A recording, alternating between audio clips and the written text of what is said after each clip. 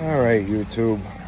It's about 8:30. It's Wednesday morning, so I'm home today, which is nice because I've been kind of getting my butt kicked.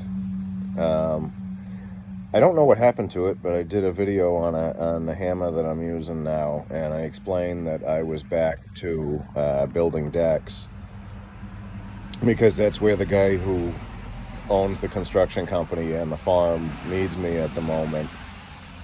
And I had said to him, I said, look, it's far away from me. I can drive 20 minutes down the street to the farm and work there, but driving an hour to southern part of Rhode Island is not really good for me. I don't want to do it. And so he made some concessions, and one of them was I had originally been hired and on the condition that I would have Wednesdays off so that I could do stuff around the farm, at my farm. And that kind of went by the wayside. And so he said, yeah, you can have Wednesday. Wednesday will be the official day off for you in the middle of the week from now on. And, I need you to be here. So I decided that I would do that. And just building decks. It's not terrible, but it's not it's not my favorite. I'd rather be with the horses and the cows and the pigs, and I'd rather be on the farm. Not only because it's close, but I enjoy working with the livestock. But yeah, it is what it is. It's not too terrible. So this weekend we're going to the Washington County Fair, which is actually down where I'm working in South Kingston.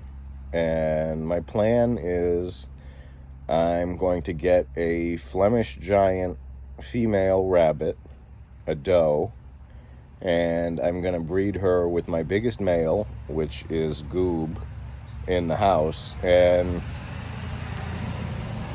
I'm gonna try and keep more of an eye on her than I do with the other guys that are out here, because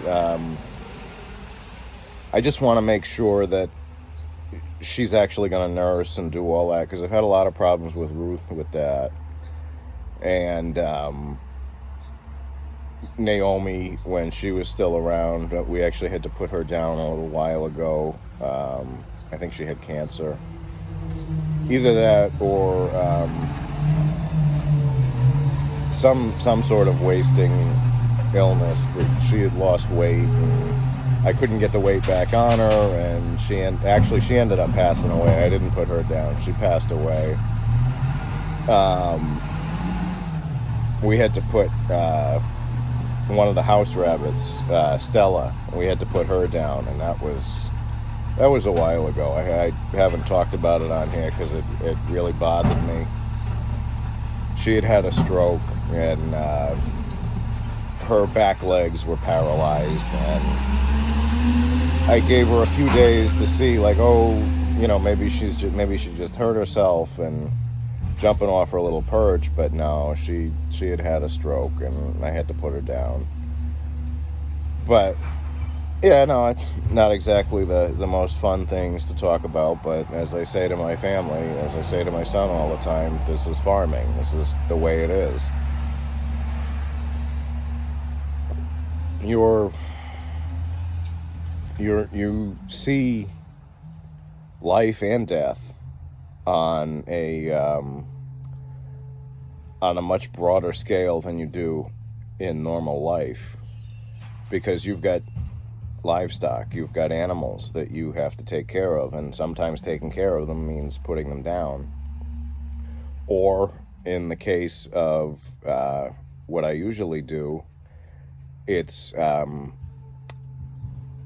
slaughtering them and dressing them for meat, which that can be difficult. That can be pretty difficult. But you know that you gave them the best life you could, and you know that you love them, and you know that they're giving their lives so that you can have fresh, clean, good meat. But yeah, so that's the plan. I'm gonna go get a Flemish Giant this weekend, and I'm gonna eat a bunch of deep fried Oreos and beer and all the other stuff that you get at a fair. We're actually going to 3 fairs that I know of this year. We're going to go to the Washington County Fair this weekend. Hello, Gabo. Here's my baby dog. That's Greta. Greta Gabo, my baby dog. But yeah, we're going to 3 fairs this year. We're going to do the Hopkinton. Well, we are going to do the Hopkinton. But this weekend we're doing the Washington County Fair down in South Kingston. And we're going to do the Big E just because it's New England. You can't not do the Big E. You got to go to the Big E. If you're in New England and you haven't gone to the Big E and you're seeing this video, go to it this year. It's everything. That's really the only way to put it. It's this giant fair where it's the Eastern States Exposition. So it's all the states in New England meet up in, I think it's Springfield or Longmeadow, something way out Western Mass. You almost got to go to New York to get there. And, oh God, the food is fantastic. You can walk around with a beer. There's like everything you can possibly imagine.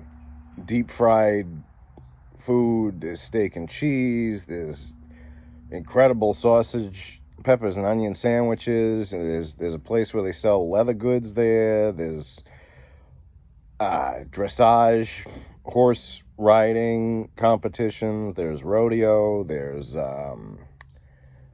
tractor pulls, horse pulls, just everything, you name it, it's there. One of the things that I like doing the most is each of the states has a hall, like a building where they have stuff that's produced in that state. And one of the things I like to do is each of the states in New England produce their own maple syrup, because that was the original sugar in this area before, like, the triangle trade where we would get sugar from Barbados and all that. And each state, it tastes a little bit different. And I read a book, actually last year when we went to the Big E, I read a book called Boiling Off. And it was the history of maple syrup making in New England. And it was fascinating. So being able to go there and taste the different ones, the different syrups from each state. I mean, they all taste like maple syrup, but you can tell there's like subtle differences. I tend to like the Vermont maple syrup because it gets colder in Vermont, and that kind of brings out the sugary taste a little bit more. And Maine is really good. Massachusetts is okay. New Hampshire's decent. Connecticut, and Rhode Island is good because I live in Rhode Island. You know what I mean? Like, it's all maple syrup. It all tastes good, but it's just fun tasting the different states' maple syrup. So it's going to be good. We're doing, like I said, we're doing the Washington County Fair this weekend. We're going to do the Big E, and then we're going to go up to Hopkinton, New Hampshire, and do the fair there, because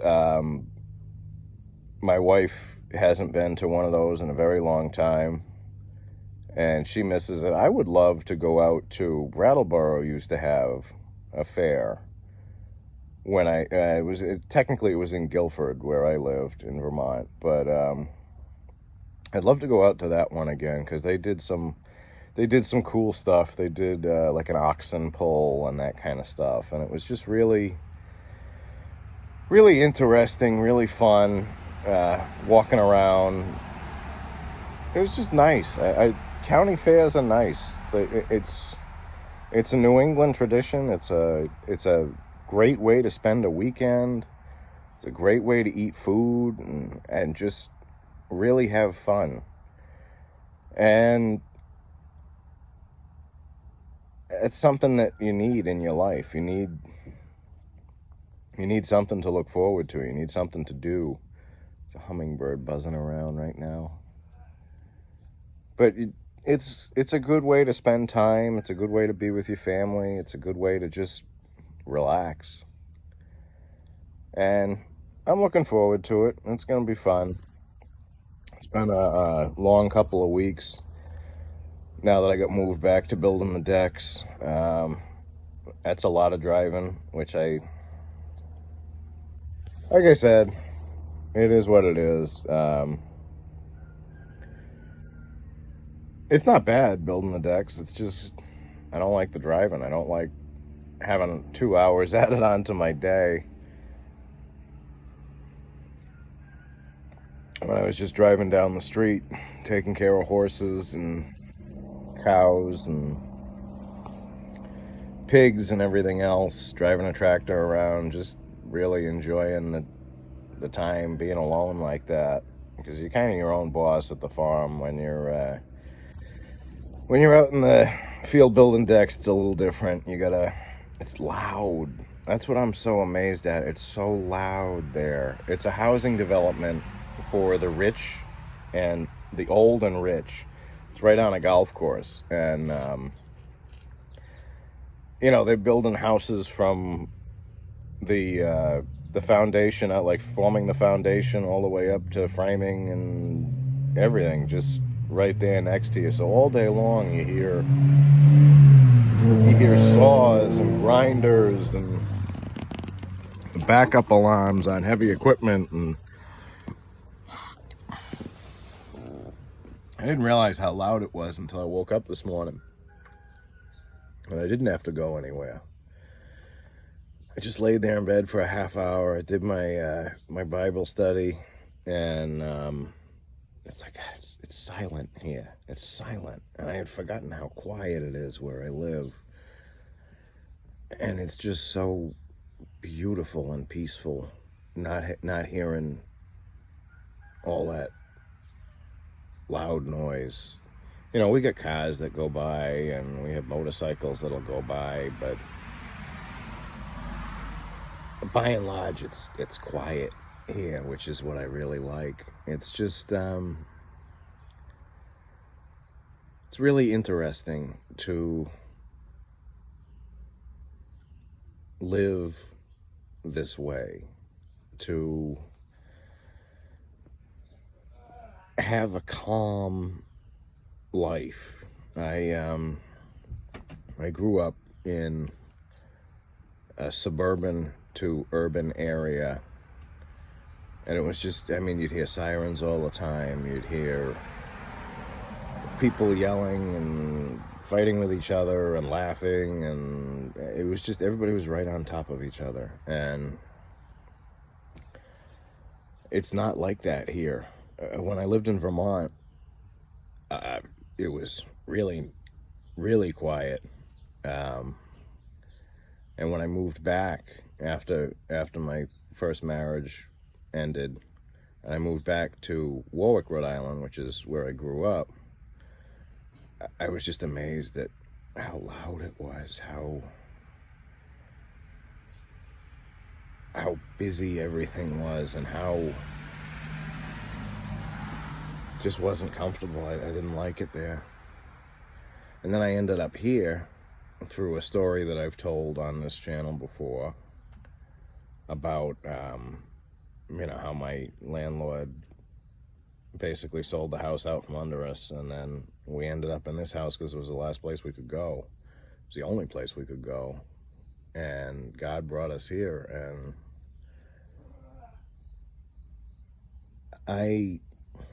I think that if the new world, as the Bible describes it, as Jesus describes it in the Bible,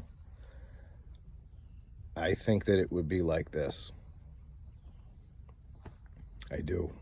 It's just calm. It's peaceful.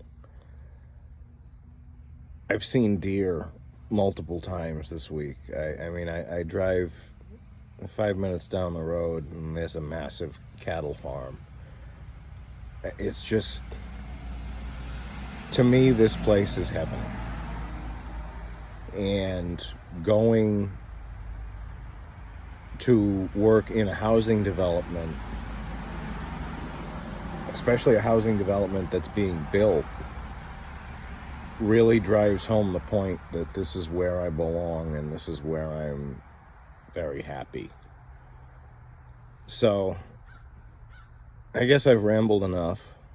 It's going on 16 minutes now, so I can wrap this up.